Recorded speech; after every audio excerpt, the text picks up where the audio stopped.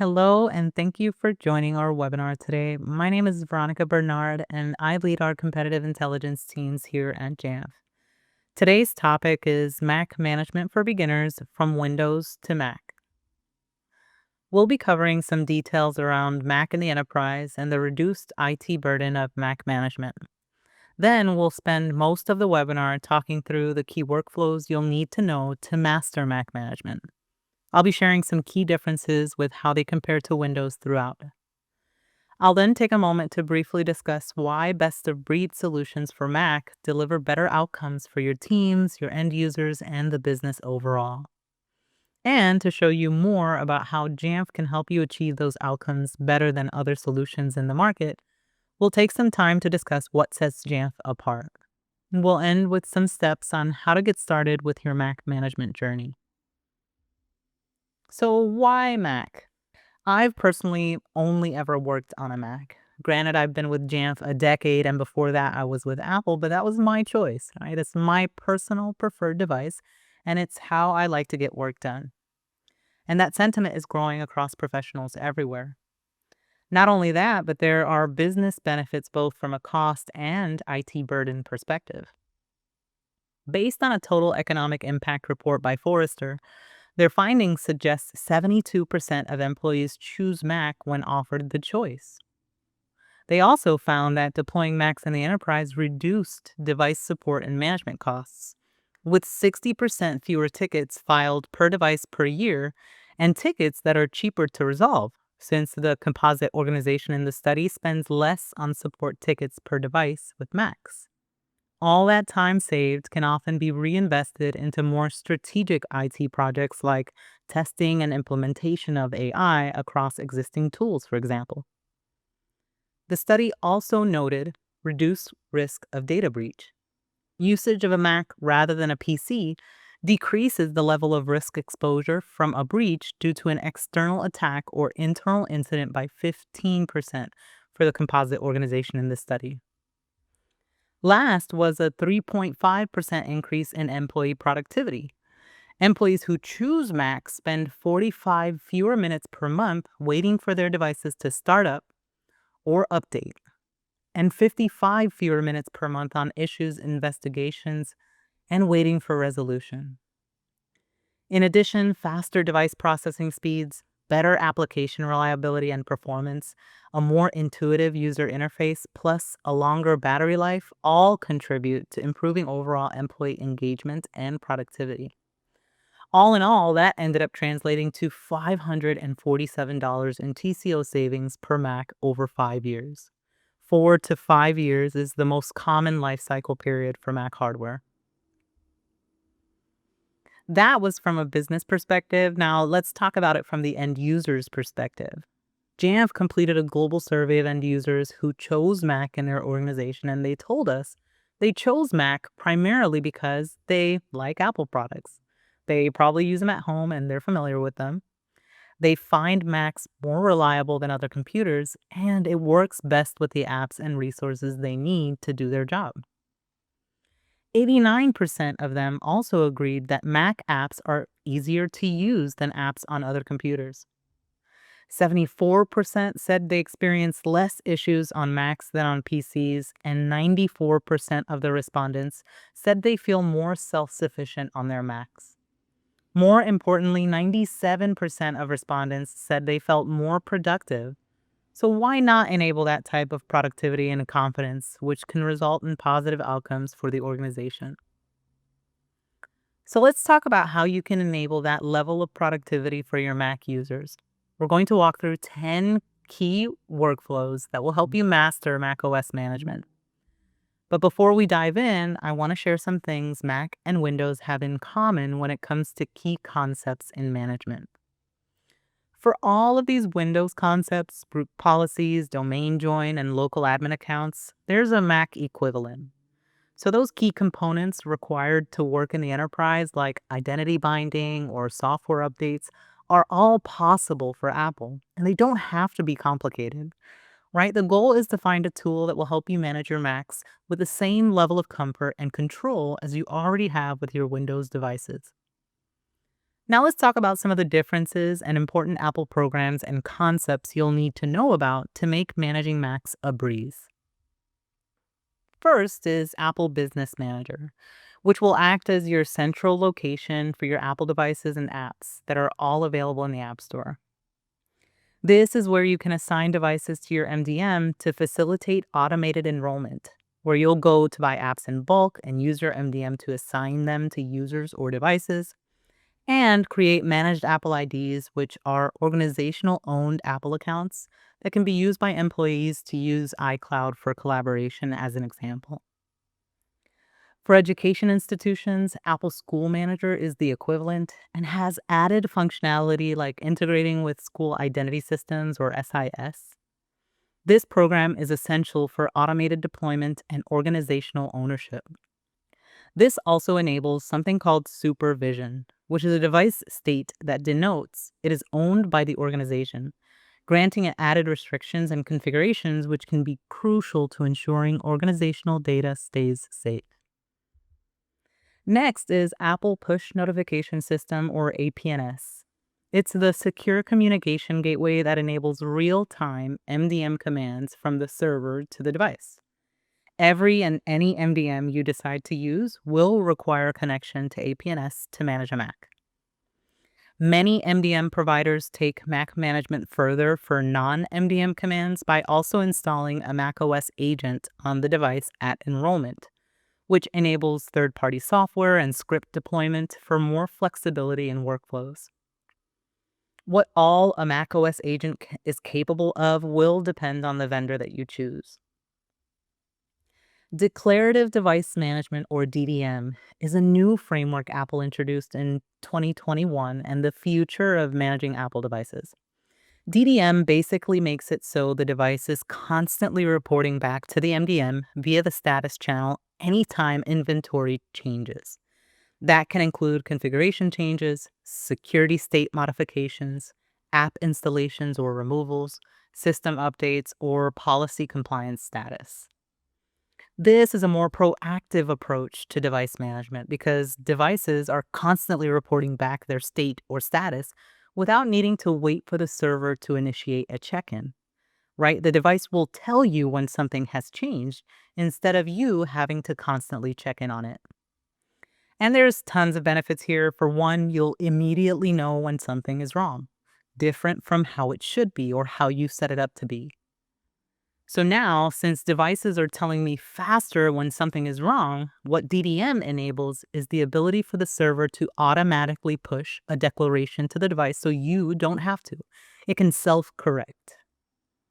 Now, the server still needs to send that command or declaration to the device, and the speed at which that happens is still dependent on your MDM, right? Whether that happens instantaneously, delayed by a few hours, or even up to a day depends on that MDM. The last one here is Apple Endpoint Security Framework, which Apple introduced in 2019 and replaces kernel extensions, or KEXTs, for security event monitoring that offers a more stable and secure user space alternative to avoid, say, a buggy KEXT crashing the entire operating system. This framework also provides real-time telemetry about system events, which helps security tools detect and respond to threats more effectively. It also allows for those security tools to monitor and potentially block system events like process creation and file system access. So just like DDM, just like traditional MDM, how many benefits you'll get from the Apple Endpoint Security Framework will depend on the vendor that you select, right? It all depends on how tightly integrated they are with Apple's device management and endpoint security framework. This will determine how much more time your teams can save managing Apple devices. Now let's move on to what those key workflows are. These are the 10 key workflows to help you master macOS management.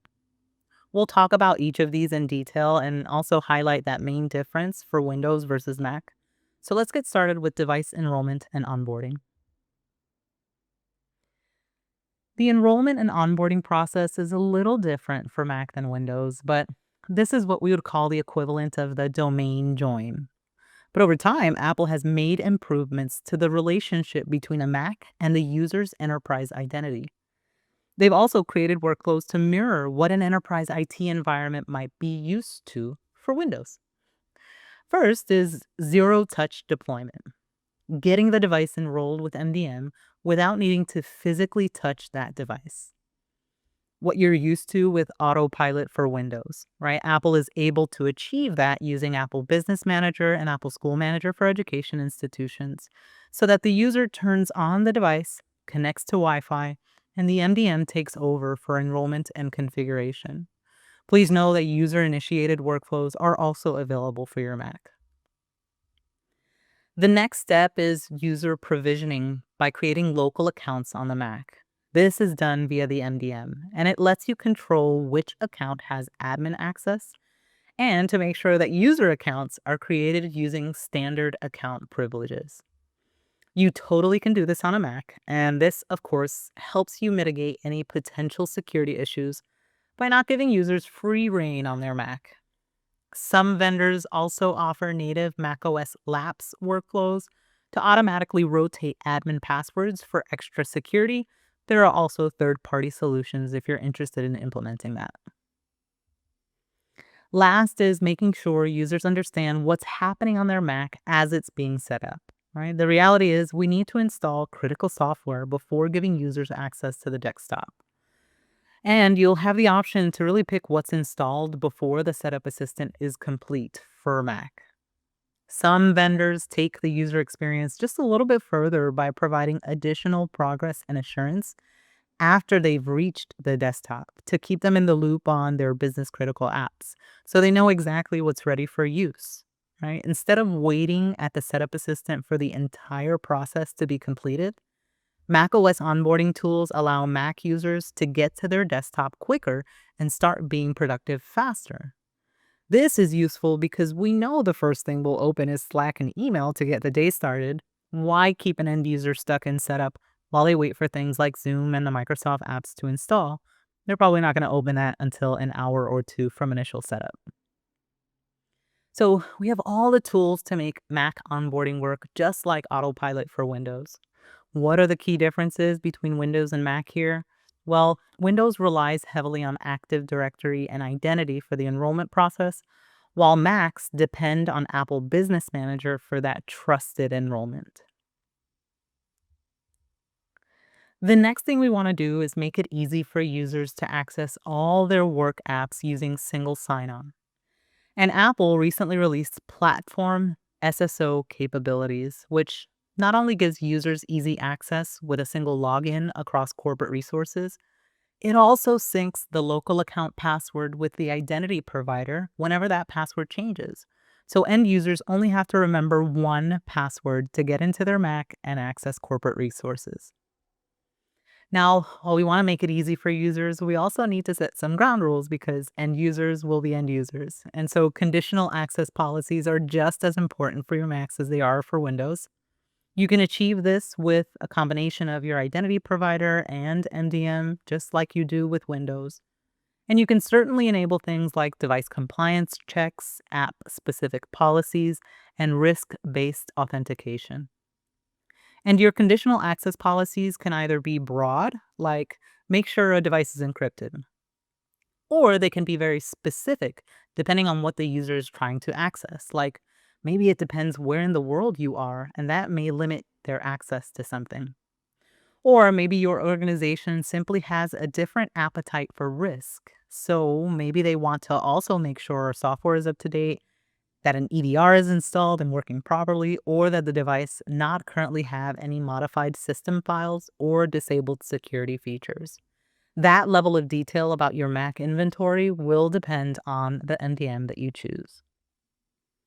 Last is privilege elevation workflows, which temporarily grant a standard user admin access so users can perform admin tasks for a configurable duration. The default is 10 minutes before automatically returning to standard user status. And some vendors offer this natively, others require third-party tools to achieve this on Mac. The key difference for user identity and access between Mac and Windows is that Mac historically required additional tools to achieve identity federation, whereas Windows natively tied the identity to the operating system.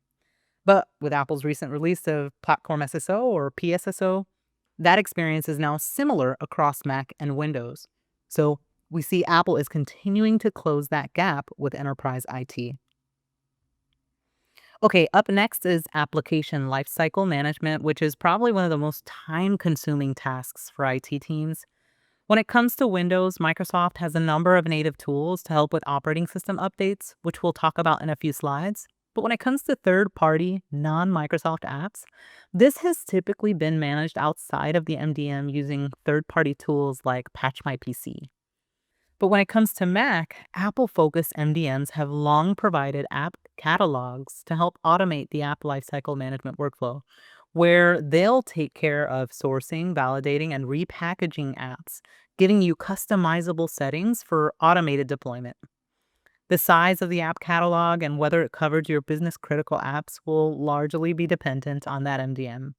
But most all MDMs that manage Mac will give you the tools you need to also deploy apps in PKG or DMG format, so you can still get business critical apps on your Macs. It would just be a little bit more time intensive.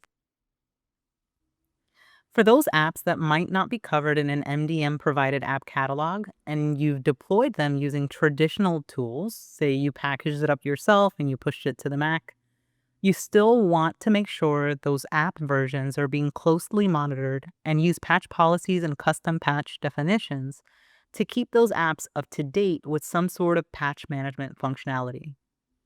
Not all MDMs support patch management natively, but there are tons of third-party tools available as well. It comes down to the level of automation you like to create for one of the most time-consuming tasks for IT. Last is a key aspect of app lifecycle management, which includes app vulnerability reporting and management. This is essential to creating workflows that enable your team to update critical vulnerabilities in a timely fashion and limit risk. So look for tools that give you the information that you need to quickly determine criteria for critical updates. Our next key workflow is all about software updates or operating system updates. And I'll start with our key differences here. With Windows, they've got a pretty comprehensive update workflow that includes things like update rings using Windows Update for Business, patch rollouts to stagger the rollout across the org so it doesn't happen all at once. And they've even got rollback capabilities for failed updates. Software updates for macOS are a bit more binary and not a lot of different options. You've basically got the ability to enforce software updates with a target version, or you can defer the updates for up to 90 days. And you have some flexibilities in the deferral options. You can have distinct workflows for major and minor updates. Most admins choose to defer updates for testing. Apple also has a pretty comprehensive beta program that you can sign up for after signing up for Apple Business Manager and creating a managed Apple ID to enroll in the Apple Seed for IT program. This enables you to test new OS functionality from both an MDM perspective and an end user on device perspective before general release, so you can offer same-day support for new Mac features that end users might want to take advantage of. Next up is all about device configuration. The first and most important is compliance benchmarks, or security baselines as we may know them for Windows. There's an open source community initiative called the macOS Security Compliance Project, which is an effort to provide a programmatic approach to generating security guidance for Macs. Some MDMs integrate with the mSCP as a way to easily audit against leading industry benchmarks like CIS or NIST. Having this functionality will certainly save you and your team's time. Otherwise, you'll be stuck creating those baselines from scratch and auditing and updating when they change. Next are the general security settings we want to have on our Macs. The simplest things like a passcode policy to restrict some system functions so they are not available to users, like turning off firewall, for example. One I want to discuss a little more is FileVault disk encryption, which is Apple's native full disk encryption that secures data at rest by requiring user credentials to complete the boot process. A recovery key is generated when FileVault is turned on, so it's imperative that this step be completed by the MDM so that the generated recovery key is escrowed to the MDM. You'll need it when a user forgets their password or someone leaves the organization. Last are our configuration profiles, also known as group policies for Windows. This is for all the other device configuration options, from Wi-Fi to restrictions to printers. The list is long. One important configuration to call out is Privacy Preferences Policy Control, or PPPC. That is a mouthful. But if you're familiar with Mac or iPhone even, whenever an app, let's say Zoom, opens for the first time, it will ask for permission to access the system's microphone and camera, which are essential for Zoom, but the user then has to give the app permission in settings, like Instagram asking for camera access on your iPhone. For more critical apps, like, say, giving endpoint protection platforms access to the full disk or all files so it can do its job, configuring PPPC is essential to make sure users aren't constantly interrupted by pop-ups asking for permission, and that they don't inadvertently deny permission and that EPP can't do its job at all. So really, the key takeaways here when it comes to how Windows and Mac differ is that Windows offers thousands of granular settings, and Mac is really standardized and streamlined by Apple's MDM framework when it comes to device configuration. Okay, we're halfway through. Hope you're still with me. Up next is endpoint security and threat protection. Regardless of whether end users are on a Mac or PC, they need to be protected from malware and attackers. PC simply has a larger attack surface because there are more PCs out in the wild, right? And this is combated with frequent update cycles, robust policy controls. Where Mac is different is that it provides more security by default with native tools and its architecture, right? Things like Gatekeeper to protect from malicious apps, Xprotect as a first line of defense acting as a built-in antivirus. All that said, Macs are a growing target and hackers are just building more Mac-specific malware. So it's important to consider deploying an EPP solution that has strong support for Mac, with Apple-specific threat hunting teams and a large malware database of Apple-specific threats to offer the best protection. It's also important to ensure you've got the right integrations to support automated remediation. So for any threats detected that require action, especially for things like cutting off access to corporate resources, or for actions that would otherwise require end-user interaction, you can depend on your MDM to take action the moment the device reports back that a threat has been identified. It's important to note that the speed of communication between the device and the MDM will be imperative here to reduce that response window. But once remediated, we still have to respond by containing the breach to minimize business impact and recovering by investigating what happened to try and prevent future similar events from happening. Even though this is typically handled by the security team, the right management and security solution will send as much data as possible for your IR teams to investigate. Some MDM providers offer streaming of all types of data directly to a SIEM, which is a security information and event management system, to offer a single pane of glass to the incident response teams. This type of integration and the amount of data for Mac in those data streams varies greatly by vendor. But this is a perfect segue into our next topic, or key workflow, all about data. A lot of the data you'd expect to have with Windows is also available for Mac. Right? The depth of data that is automatically collected or the ability to collect custom attributes and report on them will widely depend on your MDM. You'll want to apply those same concepts to Mac as you would Windows. I need to know everything about my devices and the apps on those devices for inventory management and asset tracking. I want to understand the health of that device so I can be proactive in fixing issues before they come up. I need to monitor compliance, which is supported by things like compliance benchmarks, and ensure that my security settings are enforced across my Macs. So I'm going to need to be able to report on that. And the last is telemetry, which we talked about a bit on the previous slide. But the more information you have about apps, processes, authentication, system activity, etc., the more you can deliver to your security teams via your organization's team to offer fully traceable insights. Now, all of this data is amplified when you're able to receive it and review it in real time. This enables you and your teams to make data-driven decisions and be as proactive as possible in getting ahead of any issues before they arise. Not to mention how this helps with audit readiness. Having rich data available to you helps reduce the amount of time needed to prepare for audits. And a key function of IT and help desk is offering remote support through remote control when needed. This is something that is possible for Apple, though it's a native functionality for Windows. It will require either remote desktop or vendor remote help tools to accomplish on a Mac, but you still have similar capabilities like desktop control, file transfers, etc. And you can also push remote commands via Apple's MDM framework. There are many different options for remote commands, including wipe and lock. Some actions require supervision. Remember, this is achieved easiest with Apple Business Manager. But things that require supervision are installing a software update without user intervention, for example.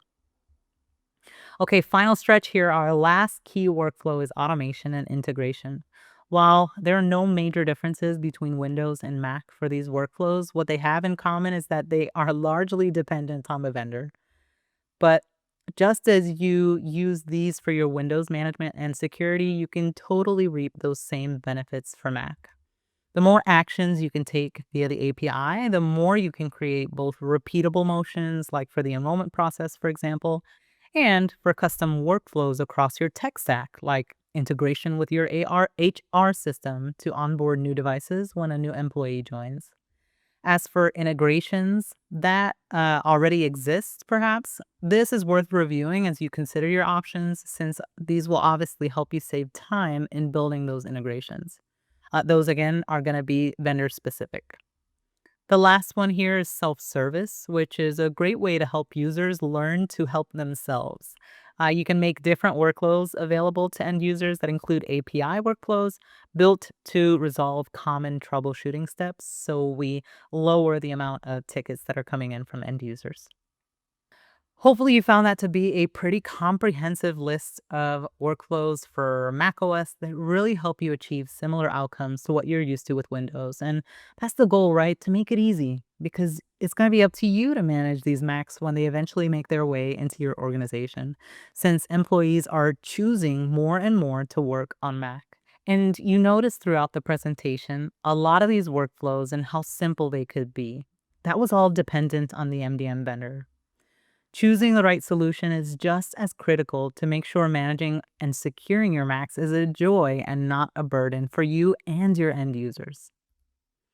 So, why do I say all that? You might be asking, why wouldn't I just use what I use for Windows to manage my Macs?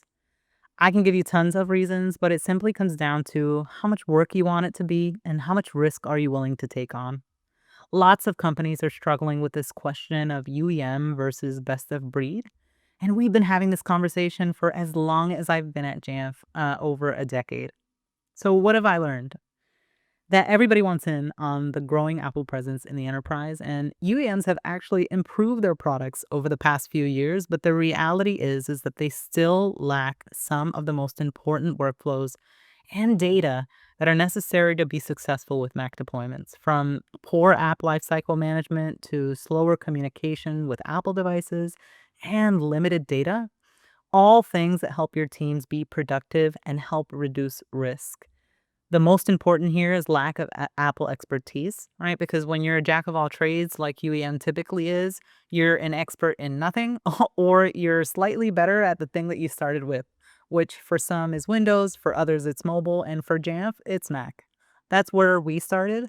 So we've talked about where UEM falls short. Let's talk about what makes Jamf different. Jamf offers a robust policy framework that gives you the flexibility and extensibility to automate threat remediation with intelligent targeting, enabling zero trust with precise identity and risk correlation, and provide a native macOS user experience without compromising security.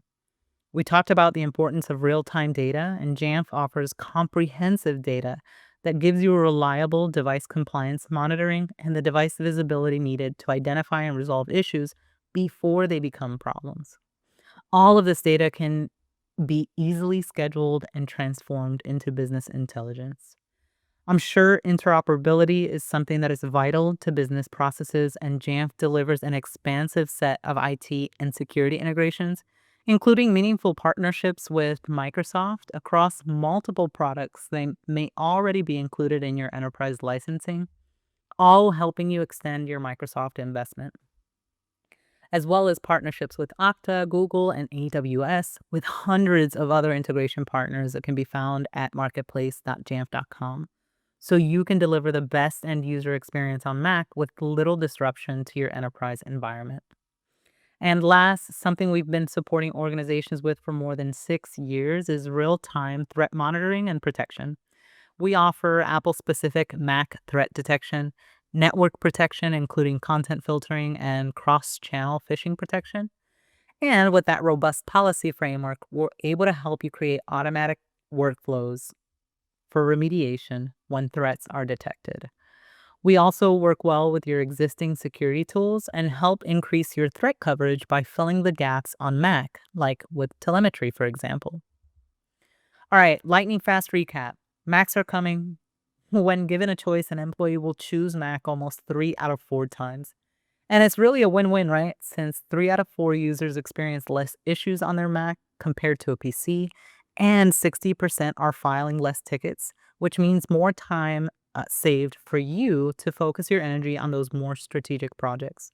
And if you're a Windows admin, trust your expertise is absolutely translated to managing Macs. We covered all of the workflows, and they're pretty similar to what you're used to on PC, with some saving you even more time, like automated app deployment and patching. So it should be a breeze, especially when you choose the right tools. So how can you get started with Mac? If you haven't done so already, survey your end users. Ask them if they could choose, what hardware would they choose? You can then work directly with Apple or a partner to assess your current environment to determine what you'll need to make Mac a successful program at your organization. Then you can work with Jamf to run a pilot program with a small group of users who responded to your survey. Our teams are here and ready to help you empower your users with choice and help you reinvest time into more strategic IT projects by realizing the benefits of Mac deployments.